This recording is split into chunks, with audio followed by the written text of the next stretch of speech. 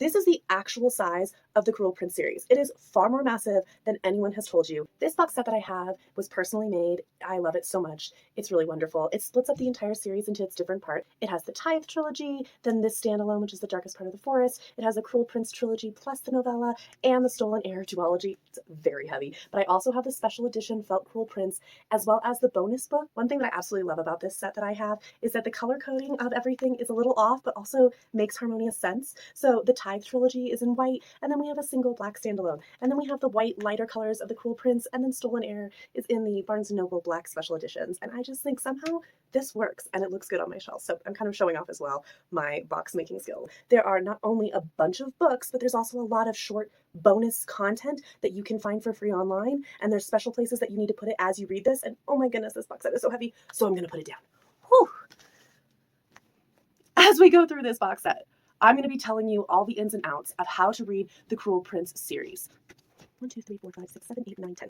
This series is made up of 10 books and then a ton of bonus content with deleted scenes and extra scenes and bonus chapters and bonus short stories and all that stuff. And it goes in a specific order. And there is a chronological order to read this that I would recommend as the best way to approach the Cruel Prince series. So we're going to get into what that correct order is and my personal opinion on each of these books and how to read them. Real fast, there's a bit of variability in how you can read the Cruel Prince series. It's important to note that the order I'm giving you is not actually the order I originally read this series in. I started with The Cruel Prince, like most people do, and then I gradually found out that there were 4 other books that I wasn't aware of, and that there was also like a short story that I wasn't aware of, and all these other little bonus contents, and that's why I'm letting you know about this order.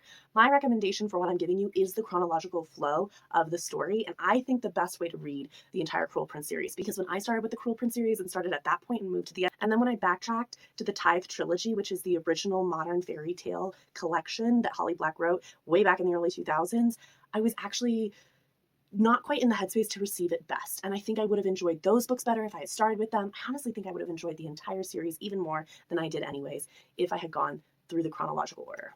But be aware that you don't have to do that. You can start at Cruel Prince. And if you start reading some of the modern fairy tale and it's not your vibe, that's okay. You can just skip to Cruel Prince. It's not the end of the world. It's totally fine. My recommendation, though, is that you read the Cruel Prince series before you read the Stolen Heir duology. But we'll get into that. You're going to start your Cruel Prince journey with the Tithe trilogy. Yes, this trilogy is older. This was written by Holly Black back in the early 2000s. And a lot of your Cruel Prince books are not going to mention this. Probably because it was by a different publisher. So that might be why it's not obviously linked to the Cruel Prince, despite the fact that the characters in this trilogy do show up in the Cruel Prince series. The Cruel Prince characters don't show up in this series, but obviously chronologically, this is how it's going. My recommendation would be to start with the Tithe trilogy. They're extremely short. They're all only a little over 200 pages. They're very quick reads, but they're a lot of fun. The Tithe trilogy starts with book 1, which is Tithe. I'd like to point out that this book does work as a standalone. And so if you want to like dip your toes into Tithe and you're a little worried that it might not be your vibe, or you're really interested in reading The Cruel Prince and you start reading Tithe and it's not giving you the vibe that you were hoping for, it's okay to stop with just Tithe. It does operate very much as a standalone. And if you can't get into the trilogy and you want to stop here and just finish this book, that's totally fine. And then you can move on to The Cruel Prince. When I read this, I gave it a solid 4 stars. There's no real spice in this book. It was great. I had a fantastic time. You got likable characters. It gets better as it progresses, which is fantastic. Also, keep in mind throughout this entire series, there's basically no spice. So I won't give a spice rating for each of these books because there is no spice in the series. It's very young adult fiction. High schoolers could read this. Middle schoolers could probably read this and be totally fine. So keep that in mind. The second book is Valiant. Now, it's important to note that Valiant kind of operates as a aside, if you will, as a side quest, not for the main characters from Tithe, but from a couple new characters. Now, the characters in Tithe do show up in this book, so you do need to read Tithe first before you get to Valiant, and the characters in Valiant do show up in Ironside, which is the 3rd book. But this does lead with other characters that are really interesting and really awesome. This one kicks off so strong from the very first chapter. It's amazing. I remember reading the very first chapter and freaking out because the way this starts is it just gets right into the action, and it's really fun and really interesting. I also think this is a great book to explore human responses to traumatic things and the human flaws that can occur. So I really enjoyed Valiant, and I'd also give this a 4-star read. The last book in this trilogy is Ironside. I thought this was fantastic. Another 4-star read, really, for the entire trilogy of the modern fairy tale. It's a 4-star across the board. These are consistently really interesting and really fun to read, and really short and easy to read as well. I think what I find especially special about this book is that we do have a main character who is gay, and I love that. I love having queer content on my shelves. I have plenty of straight content, so it's always nice when I'm able to add queer content to my shelves. And this book has that present with a character exploring a gay relationship, and that is absolutely fantastic to have. So this will wrap up your fairy tale trilogy for the book forms. Also, keep in mind, this edition has bonus content in it that I don't think the original paperback editions necessarily have. This bonus content is called The Lament of the Dilou. I hope I'm pronouncing that correctly.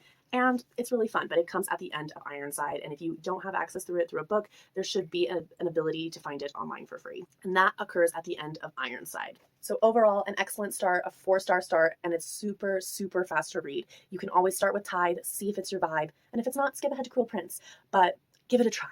Give Tithe a try. This is also the trilogy that I think is easily forgotten. A lot of these first books for the Cruel Prince series are unknown. I don't see a lot of people talking about them. So I want to make sure that I preface that it's not just early chronological content. This is fun to read and it's really good. And I think it's a good, strong start to the Cruel Prince series, especially since Cruel Prince just keeps getting better as you continue to read it. So that's why I'd also start here rather than coming back and finishing with it later. Although you can totally do that too. And you might still enjoy it. That's how I read it and I still liked it. So either way, give Tithe a chance. Now, after you finish the Tithe trilogy, as well as that bonus content chapter at the end of Ironside, you have an opportunity to buy The Poison Eaters. This is a collection of short stories by Holly Black, a lot of which give off the vibe of the same fairy world, but really only one story in here directly references characters from Tithe. And it's the second to last short story. It's called The Land of Heart's Desire. And it's really great. I really enjoyed it. I liked its addition to the Tithe trilogy. Technically speaking, the short story before that, Going Ironside, has the name Ironside in it. But again, that one doesn't directly reference the characters from Ironside, interestingly enough.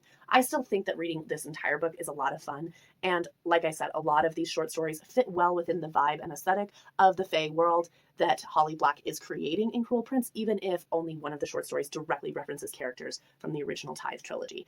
This is also one of the books that I don't see anyone talking about ever. In fact, I only found out about this book from deep diving onto like a side trail on Goodreads, because if you go into Goodreads and look under Cruel Prince, it doesn't show you the Tithe trilogy, and it doesn't show you The Darkest Part of the Forest, which is the next book we're going to talk about, and it doesn't show you this. It takes a while to kind of hunt down and find these little gems that related back to this series. And again, I think that has to do with the publication time as well as the publisher potentially, but that's why you probably never knew that this book existed in the series. After The Land of Heart's Desire, you're going to pick up The Darkest Part of the Forest, which is a beautiful standalone, which technically could be read before the Tithe trilogy, but I think the best placement of it is after. The characters in this show up in Cruel Prince, but you don't see the characters from the Tithe trilogy in here. It really does operate as a standalone. If you aren't really sure about Holly Black at all, this is a great place to start too. This is a really fun, low stakes standalone, but it's not super short and it's not super long. It's a solid length book.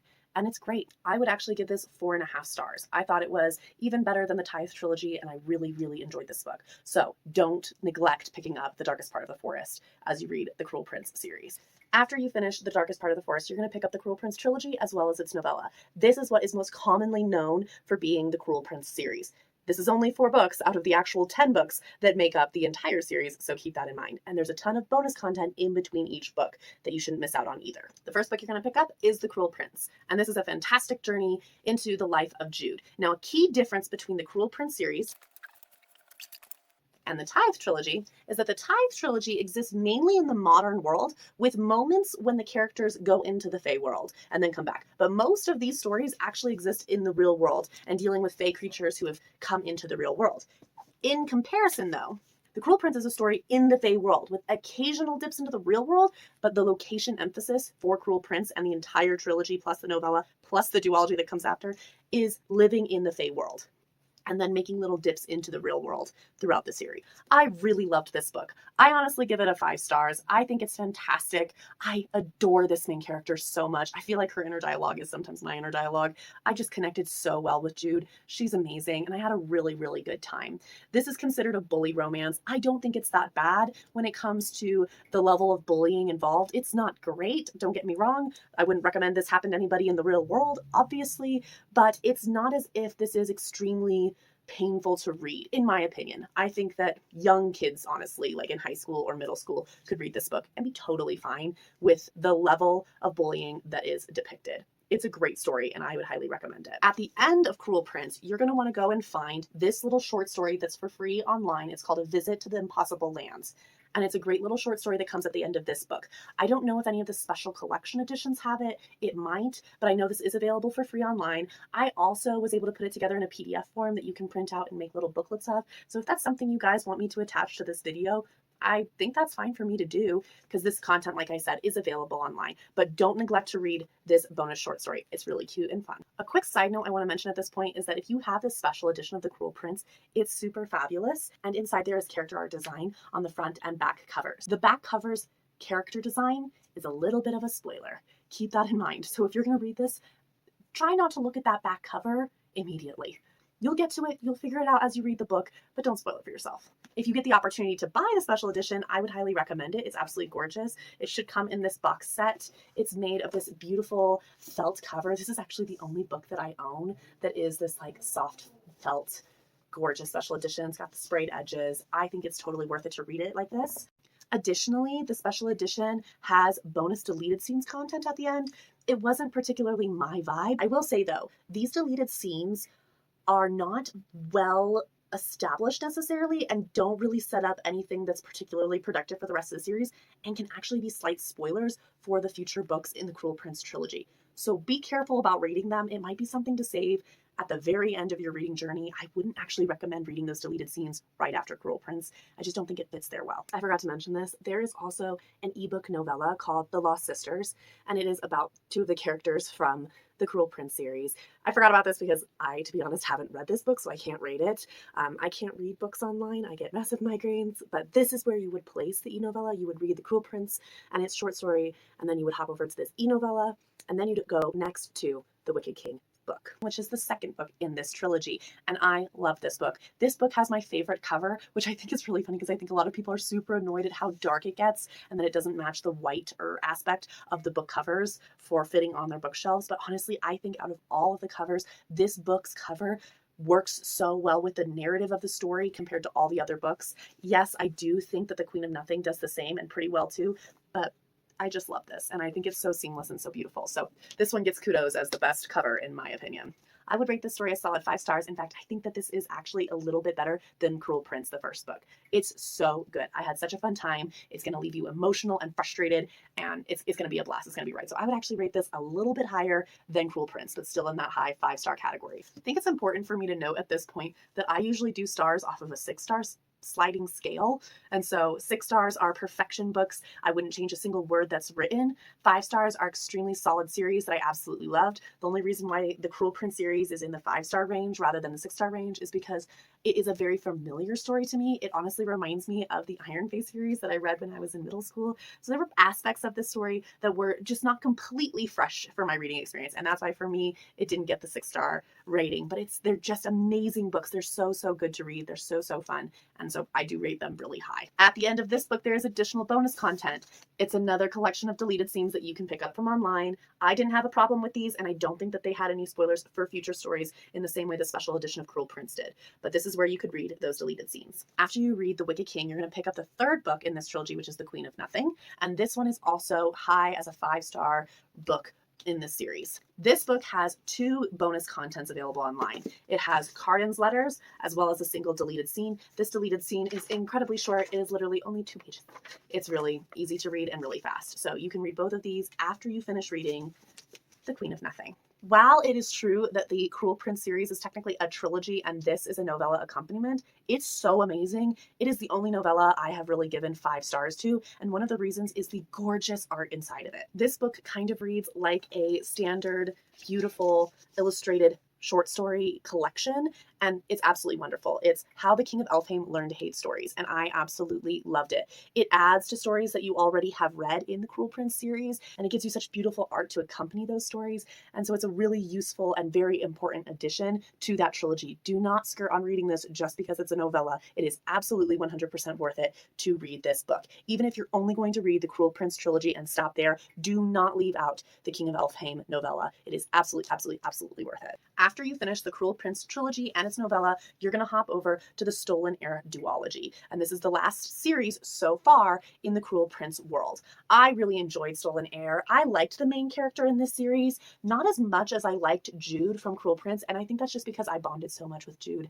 There's something about her that I just feel so spirit kin to, if that makes any kind of sense. I think this main character is fantastic as well. I just didn't connect personally to her as strongly as I did to Jude. So I would rate this like a 4.9 because it's very close to being as high as the Cruel Prince series, and I think it's absolutely fabulous and wonderful. Additionally, this is the Barnes & Noble edition, and there is bonus content at the end. The bonus content for the Stolen Heir book is a bunch of little excerpts for how Holly Black wrote this book. So it's all of the behind the scenes actions that she did as she was outlining the story making for this book, which is really cool to see. Again, it doesn't really add to the content of the story itself. It's just a really interesting way to observe how Holly Black did her writing journey. Additionally, there is one bonus deleted scene that's available online, and that should be read after The Stolen Heir. It is a deleted scene, so keep that in mind. It isn't something that is like a bonus chapter. It was removed from the story, so it's added content, but keep that in mind for its relevancy to the story. The last book in this entire series so far, because again, Holly Black's kind of left this at a point where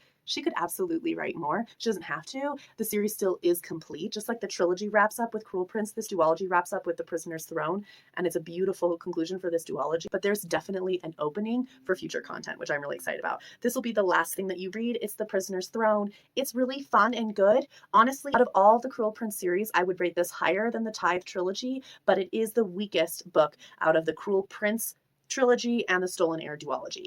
But I think part of the reason it's like that is I spent just most of this book on the verge of tears. It's very emotional, and I just didn't realize that I was going to be basically sobbing the whole time. I think I expected something slightly different, but like if you want some emotional turmoil, this book will give it to you. I will say in the Cruel Prince trilogy, one of the things I absolutely loved was that I understood the characters' motivations on both sides of any forms of like conflict between the characters. I really understood both character sides. In this story, I kind of really only understood one of the sides until we got further along in the story. I eventually understood all the characters, which was great. But like for a while there, I just did not get the motivations for why some of the characters were doing what they were doing. And I think that's why it made it just a little bit sadder and more frustrating. But then at the same time, that's kind of what a lot of books do that have conflict. So I don't know if I'm judging this too harshly in relationship to the fact that I read Cruel Prince first. I still think this is an excellent conclusion to the series and to this duology. Either way, though, I would rate this a 4-star read. One more thing I wanted to share about my box set that I really love is I originally bought the box set of The Cruel Prince, and I didn't want to lose it when I made this giant box set.